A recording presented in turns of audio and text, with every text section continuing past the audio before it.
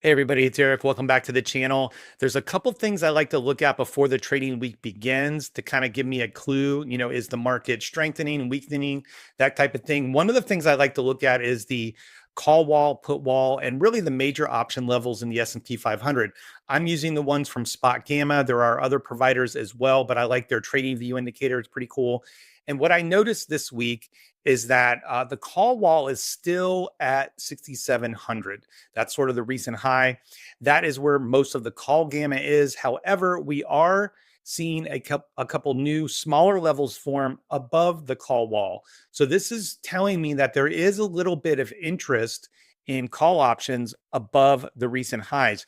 Doesn't mean we're going to blast off and take off, but it also doesn't mean that the rally's over. So we're still kind of in a chop fest mode right now, and we can see we're kind of consolidating. We did bounce back from last week's sell-off, and we're still holding above the vol trigger for now. I'm going to loosely call that in the 6650 area.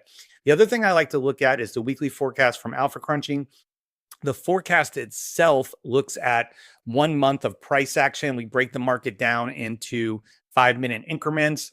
And as you can see, the forecast itself from Monday all the way through Friday is really just kind of choppy and sloppy. But one of the things that I like to look at now is the ASD metric, which looks at the forecast compared to the previous weeks and gives us a positive or negative value. It's still negative, and it was negative last week. It actually turned negative before the pullback, and I got a video down below if you want to see how that works. But right now, we're looking at a choppy forecast. We're looking at a negative ASD, so we're not quite out of the woods yet, but we are seeing a little bit of potential bullishness here above current prices. Now, a lot's going to depend on the rest of the employment data this week, which will be coming out over the next couple days, but that's what I got, and we'll see you in the next video.